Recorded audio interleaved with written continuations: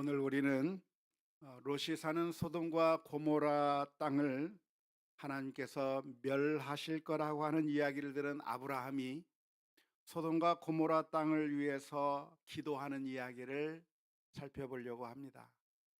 하나님께서는 소돔과 고모라의 죄악이 너무나도 커서 더 이상 두고 볼 수가 없어서 이제는 심판하시기로 작정하셨는데요. 그 이야기를 들은 아브라함은 마치 강 건너 불구경하듯이 가만히 있었던 것이 아니라 하나님 앞에 메어 달리기 시작한 것이죠. 하나님 앞에 중보하면서 기도하기 시작한 겁니다. 그러면서 이 소돔과 고모라 성을 살려달라고, 심판하지 말아달라고 간구한 이야기를 오늘 함께 읽었습니다. 창세기 18장 23절에서부터 25절의 말씀에 보면 이렇게 기록합니다. 아브라함이 가까이 나아가 이르되 주께서 의인을 악인과 함께 멸하려 하시나이까? 그 성 중에 의인 50명이 있을지라도 주께서 그것을 멸하시고 그 50 의인을 위하여 용서하지 아니하시리까? 주께서 이같이 하사 의인을 악인과 함께 죽이심은 부당하오며 의인과 악인을 같이 하심도 부당하니이다. 세상을 심판하시는 이가 정의를 행하실 것이 아니니까. 이렇게 하나님 앞에 호소하였던 것이죠. 아무리 소돔과 고모라의 죄악이 심각하다고 하더라도 그 안에 의로운 사람이 있을 텐데, 그 안에 의인이 있을 텐데, 그 의인까지 멸망시키는 것은 하나님의 정의에 합당하지 않다, 하나님의 공평하심에 합당하지 않다고 그렇게 호소하고 있는 것입니다. 하나님의 속성 가운데는 공평하심이라고 하는 속성이 있는데요, 하나님의 공평하심이라고 하는 것은 무엇입니까? 악한 자에게는 심판하시고 의로운 자에게는 보상하시는 것이 하나님의 공평하신 속성이라고 할 수가 있는 것이죠. 그런데 의인도 그 의인들이 악인들 사이에 있다고 하는 이유로 그 의인들마저도 함께 멸한다고 한다면 공평하지 않다 이 말이에요. 만일 이 의인들도 같이 악인들과 멸망하게 된다고 한다면 그건 정의롭지 못하다고 하는 것을 이야기하면서 하나님 소돔과 고모라를 살려달라고 그렇게 간청하게 된 것입니다. 일리가 있나요, 없나요? 일리가 있는 것 같아요. 그런데 정반대로 의인 50명 때문에 악인을 살려두는 것은 괜찮은 거예요? 아니에요. 그것도 아니에요. 의인 때문에 악인을 살려두는 것도 옳지 않고, 악인 때문에 의인을 죽이는 것도 옳지 않고, 무엇을 해도 옳지 않는 이런 상황 가운데서, 그러나 아브라함은 이것을 붙들고서 하나님 앞에 간청하는 겁니다. 하나님, 이 의인들을 멸망시킨다고 한다면 안 되지 않습니까? 하나님 앞에 하소연하면서 하나님 앞에 이 소돔과 고모라 성을 살려달라고 애원하는 모습을 우리가 함께 살펴보게 되었습니다.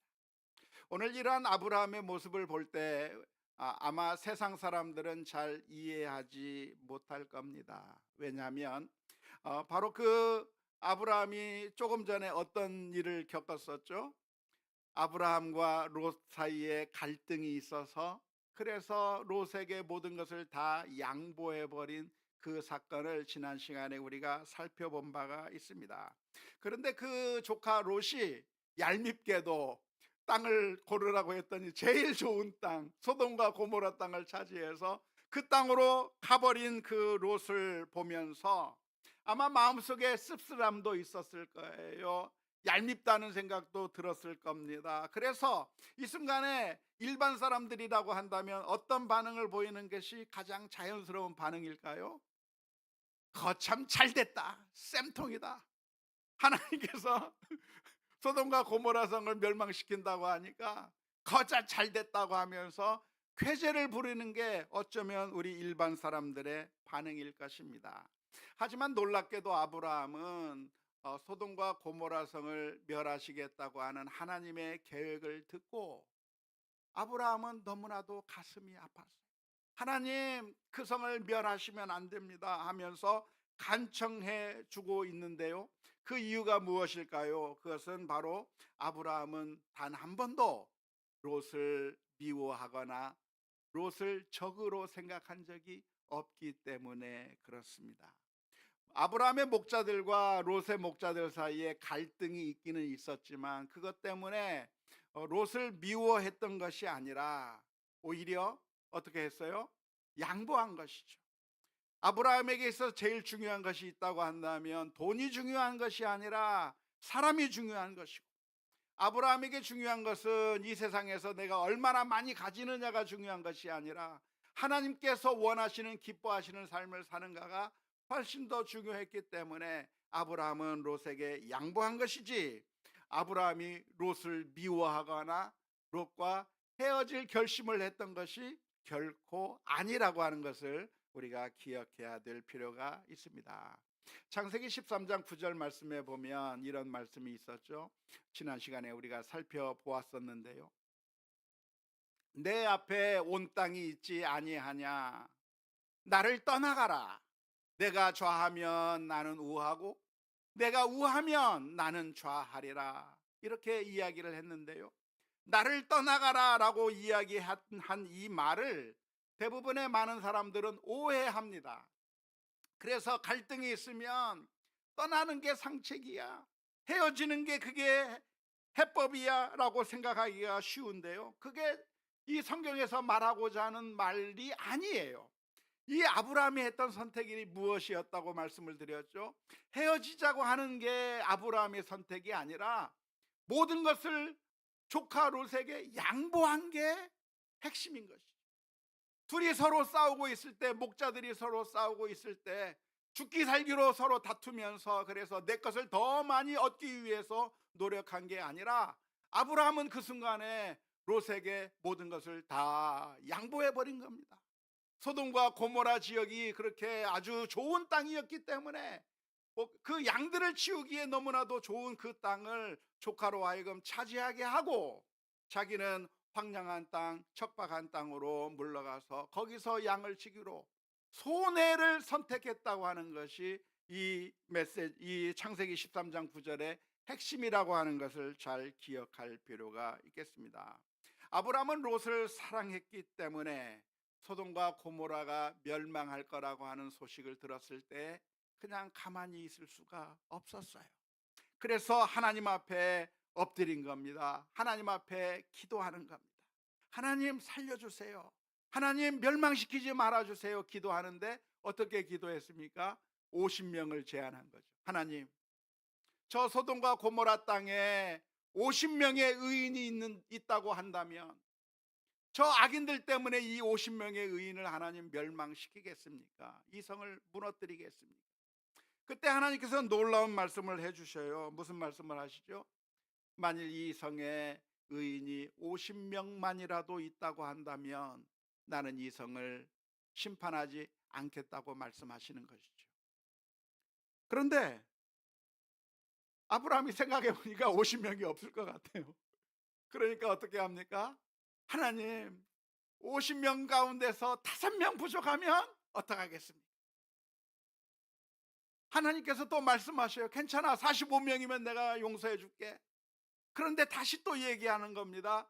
40명, 30명, 20명, 10명.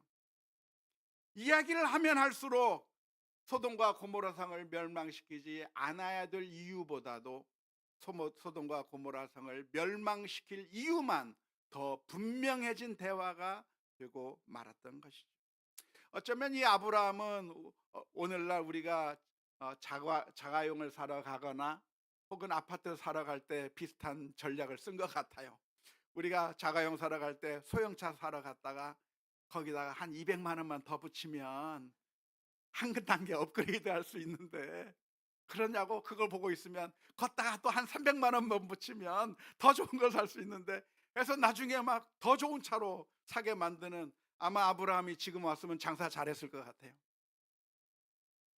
아무튼 이 아브라함이 하나님 앞에 하나님을 설득하기 위해서 자꾸만 이 어떻게 하면 이 소돔과 고모라를 멸망시키지 않게 할 것인가 하면서 자꾸만 매어 달렸는데, 그러나 그 이야기를 하면 할수록 소돔과 고모라 성은 멸망을 시키지 않아야 될 성이 아니라 결국 멸망할 성일 수밖에 없었던 것이고, 의인 10사람이 없어서 깎고 깎아서 10사람까지 내려왔지만 10명이 없어서 결국 심판을 당하게 되었다고 하는 것을 우리가 너무나도 잘 압니다. 아브라함의 기도는, 아브라함의 간구는 실패한 것일까요? 어쩌면 실패했습니다. 왜냐하면 아브라함이 소돔과 고모라의 멸망을 막지 못했기 때문이죠. 하지만 하나님께서는 아브라함의 기도를 외면하지는 않았어요. 어떻게 했습니까? 하나님께서 천사들을 보내어서 그 롯과 그의 가정을 살려내는, 그 가운데 있는 하나님의 백성들을 살려내는 선택을 하셔서, 그래서 롯의 가정을 구원해 주었다고 하는 이야기가 기록되어 있기 때문에 그런 것이죠. 어쩌면 우리가 살아가면서 아브라함과 같은 경험을 할 때가 많을 겁니다. 하나님 앞에 엎드려 기도하는데 하나님 이걸 해주세요, 하나님 저걸 해주세요 하는데 하나님께서 응답을 하지 않는 것처럼 느껴질 때가 있는 것이고, 때로는 내가 기도한 것이 하나도 들어주지 않는 것과 같은 그런 상황을 만나게 될 것입니다. 하지만 그런 상황 가운데서 낭망할 게 아니에요.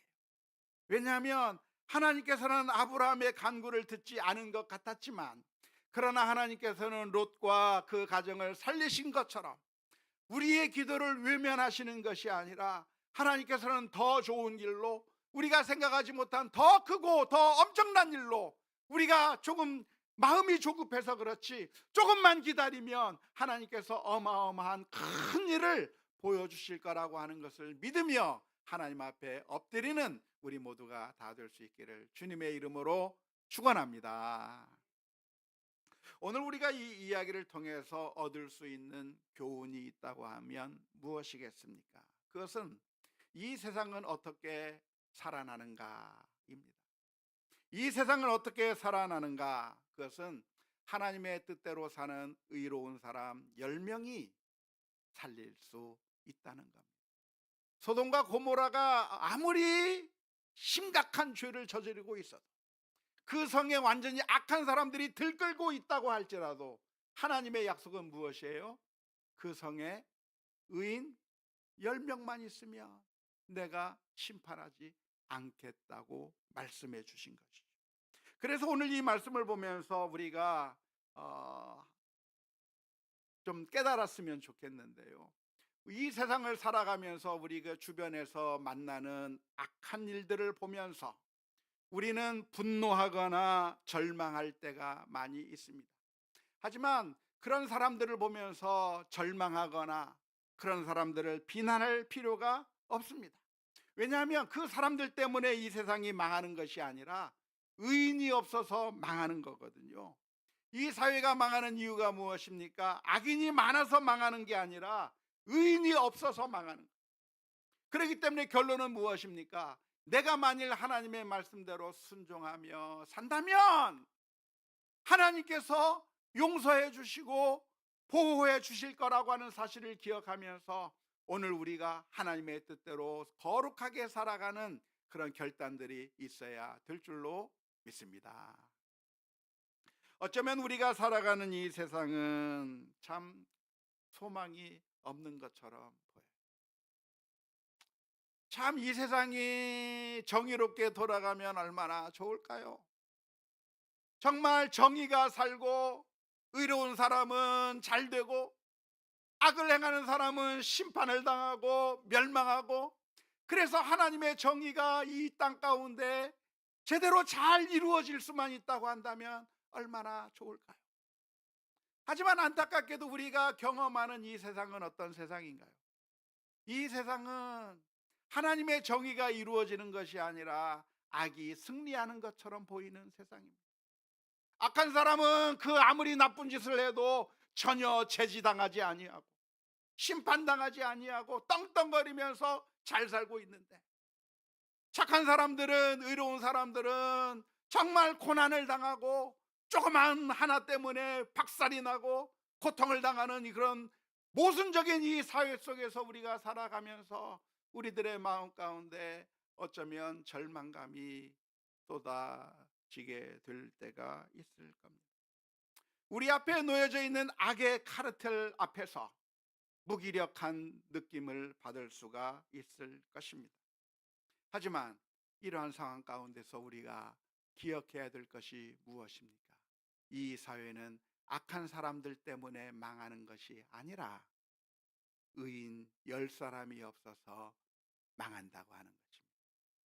의인 10사람이 있다고 한다면 하나님께서 그 성을 용서하시고 세우신다고 하는 사실을 기억하면서 오늘 내가 서 있는 이 자리에서 하나님의 뜻에 따라 순종하며 거룩하게 살아가고 하나님께서 찾으시는 참된 믿음의 사람, 하나님께서 기뻐하시는 사람, 하나님께서 찾으시는 참된 예배자가 되기 위해서 우리 모두가 결단해 나가는 우리 모두가 다 될 수 있기를 주님의 이름으로 축원합니다. 이 세상의 소망은 악인들을 없애는 데 소망이 있는 게 아니에요. 우리의 소망은 악한 사람들을 완전히 박멸해버리는 게 우리들의 소망이 아니에요. 거기에 소망을 둘 것이 아니라 하나님의 뜻대로 사는 믿음의 사람 한 사람이 일어서고 자기 자리에서 하나님께서 주신 그 믿음의 행동들을 해 나갈 때 하나님께서 놀라운 은혜를 베풀어 주시는 것이죠. 우리는 다른 사람을 바꿀 수가 없습니다. 악인을 변화시켜서 그 사람을 선한 사람으로 만들 수가 없는 것이죠. 그런 불가능한 일들을 보면서 절망할 것이 아니라 바꿀 수 있는 게 있습니다. 나 자신은 바꿀 수 있거든요. 하나님 앞에 내가 헌신하고 하나님의 말씀대로 순종하며 살아가면서 믿음의 길을 걸어갈 때 하나님께서 믿음으로 사는 그 의로운 사람들을 보시고 이 세상을 인정해 주신다고 하는 사실을 기억하면서 믿음으로 살아가야 할 줄로 믿습니다.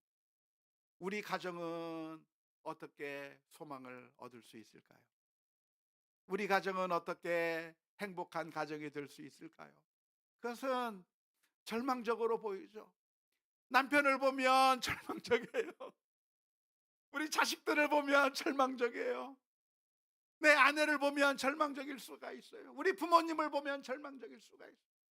내 주변에 있는 우리 가족 구성원들을 보면 때로는 답답한 마음이 들 수가 있어요. 하지만 하나님께서 보시는 것은 악한 사람들을 보는 것이 아니라 의로운 사람 한 사람을 보는 거예요.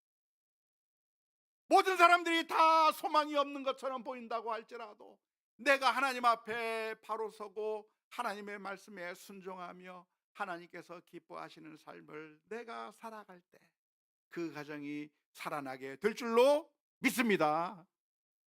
우리 교회는 어떻게 삽니까? 우리 교회에 보면 별별 사람들이 다 있고 마음에 안 드는 사람 많이 있고 그것 때문에 혹시 마음이 아프십니까?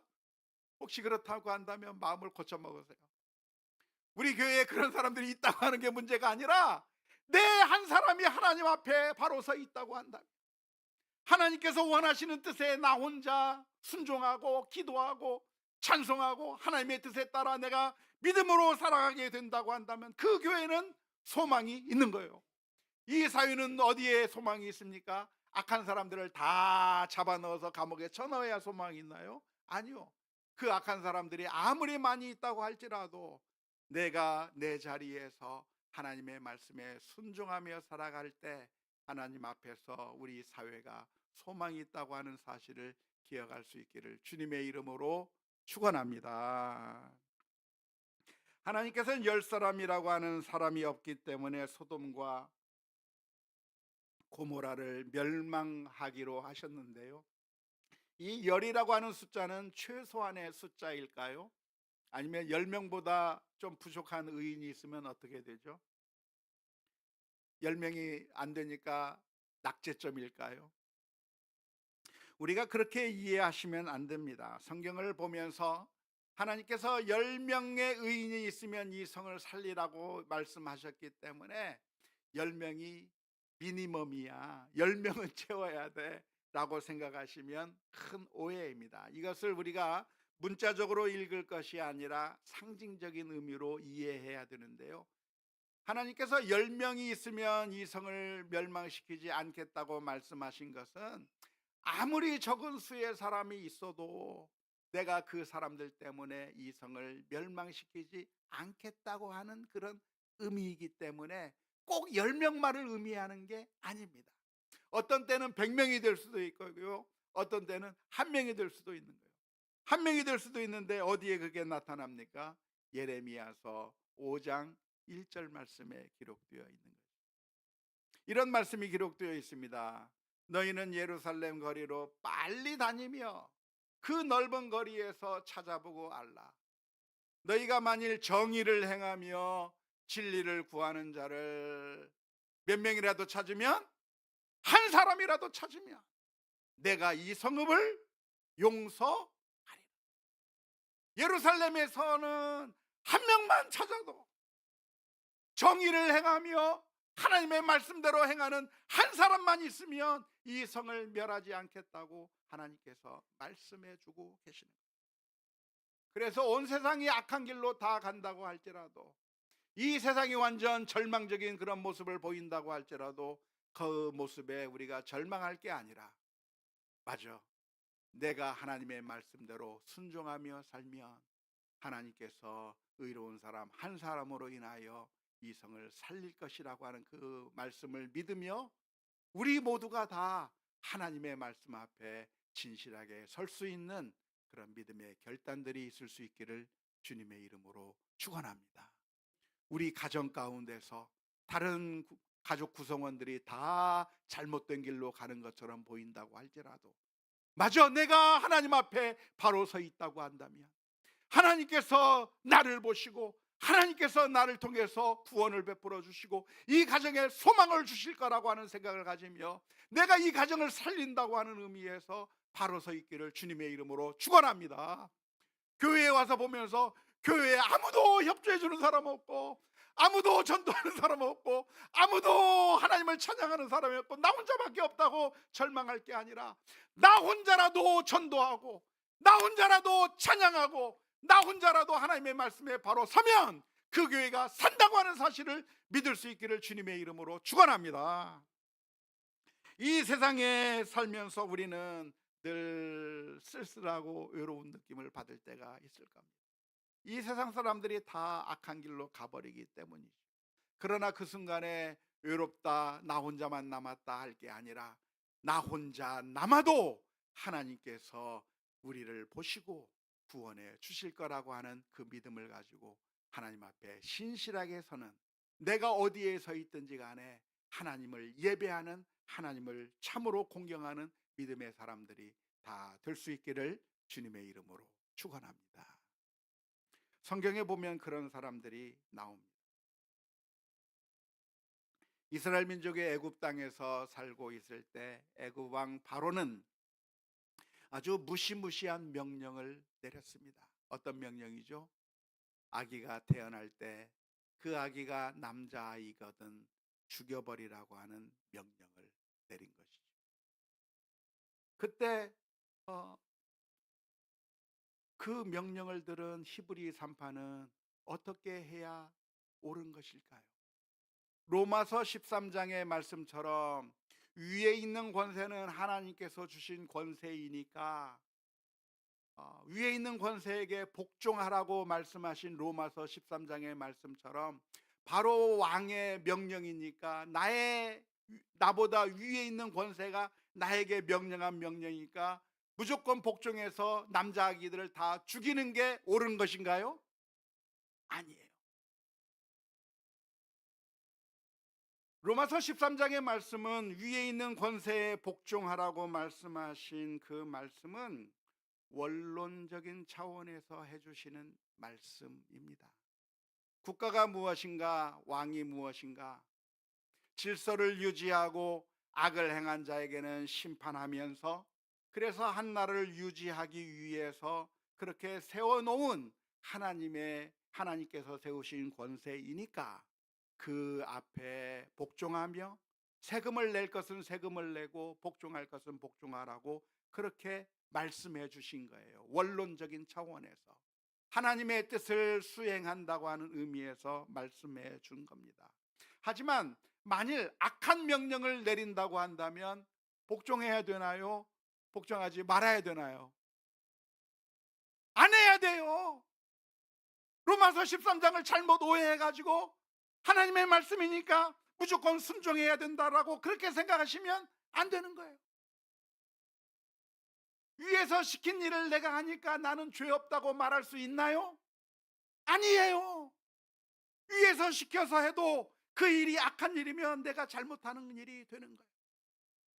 예수님을 십자가에 못 박으라고 해서 못 박은 로마 병정은 아무 죄가 없는 건가요? 아니에요. 죄가 있는 거예요. 하나님의 말씀에 따라 순종하지 아니하는 것은 모두 악한 일이 되는 것이죠. 그런데 히브리 산파는 이 순간에 어떻게 했는가? 왕의 명령을 지혜롭게 거부한 것이죠. 왕의 명령을 순종하는 척 했지만 우리가 이 아이를 죽일 수 없다 하면서 살려두고, 그래서 이 왕의 명령을 지혜롭게 거절하기 위한 자신들만의 최소한의 최대한의 방법을 사용해서 이 왕의 명령을 거절하려고 하는 노력을 했던 것이죠.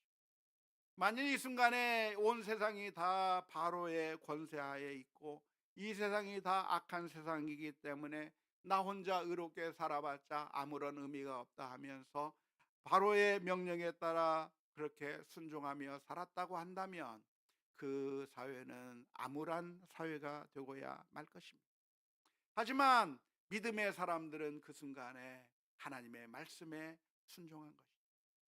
모세의 아버지와 어머니인 아므람과 요게벳은 모세가 태어날 때 바로 왕의 명령을 듣고서 이 아이를 바로 죽인 것이 아니라 자신들이 살릴 수 있을 만큼 최대한대로 살려서, 그래서 그 아이를 기르다가 더 이상 이 아이가 발각될 수 있겠다 싶어서 그 가운데서도 살릴 수 있는 가장 좋은 길이 무엇인가 생각해서 갈대 상자를 만들어 그 아이를 살리는, 이 온 세상이 악한 길로 간다고 할지라도 하나님의 말씀에 따라 의롭게 살고 정의롭게 살겠다고 결단한 아므람과 요게벳의 결단에 의해서 모세라고 하는 위대한 민족의 지도자가 탄생하게 되고 이스라엘 민족이 살아나게 된 줄로 믿습니다.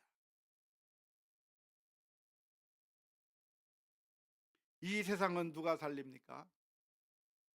악한 사람들이 다 사라져야 살아나는 게 아니라 그 자리에서, 내가 서 있는 그 자리에서 하나님의 말씀에 순종하는 자가 이 세상을 살리고 교회를 살리고 가정을 살린다고 하는 그 사실을 믿으며 내가 서 있는 그곳에서 하나님의 말씀에 순종하며 살아가는 우리 모두가 다 될 수 있기를 주님의 이름으로 축원합니다. 남 탓할 게 없어요.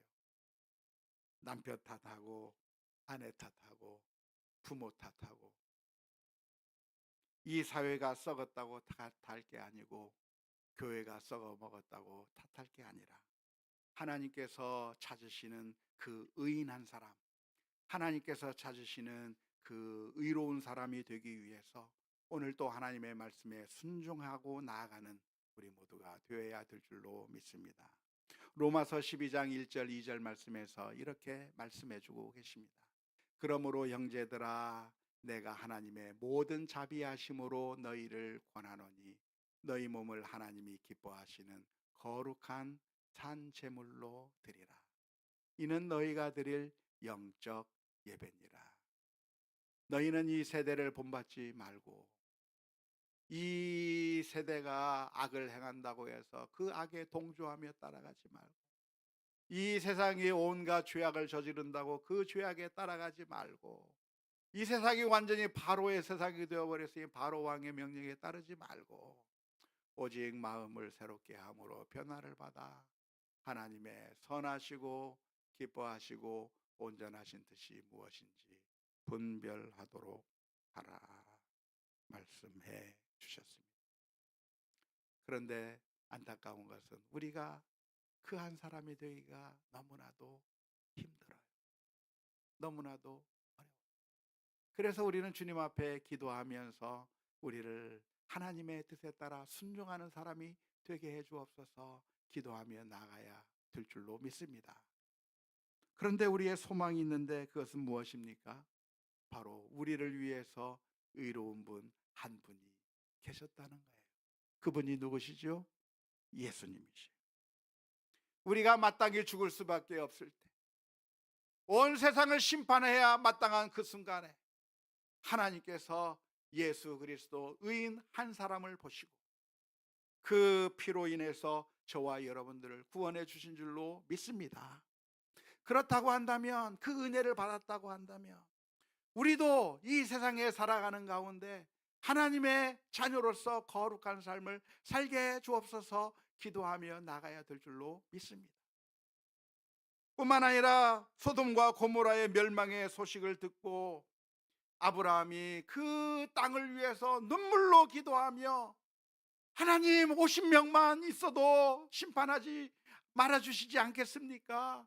40명, 30명, 10명에 이르기까지 계속해서 기도했던 그 아브라함처럼 예수님께서는 우리가 죄로 인하여 멸망당하게 되었을 때 그냥 한가하게 계셨던 것이 아니라 저 높고 높은 하늘에서 낮고 천한 이 땅에 오셔서 우리를 위하여 십자가를 지신 그 놀라운 은혜를 베풀어 주신 줄로 믿습니다. 그게 바로 우리를 위한 예수님의 탄생이고 성탄절의 의미인 줄로 믿습니다. 원하기는 저와 여러분들이 이 세상에 살아가는 동안에 우리를 낭망하게 하는 것이 많고, 우리로 하여금 힘 빠지게 하는 것 많고, 절망스럽게 만드는 것들이 온 세상에 널려 있는 그 가운데 모든 세상이 악한 길로 다가가고 있는 것처럼 느껴지는 그때 절망하고 좌절할 게 아니라 의인 한 사람 보시고 살리신다고 하는 사실을 기억하면서 우리가 하나님의 뜻대로 순종하며 나아가길 원합니다. 하나님을 내가 서 있는 그 자리에 참된 예배자로 서기 원합니다. 참된 믿음의 사람으로 서기 원합니다. 고백하며 나아갈 수 있기를 주님의 이름으로 축원합니다.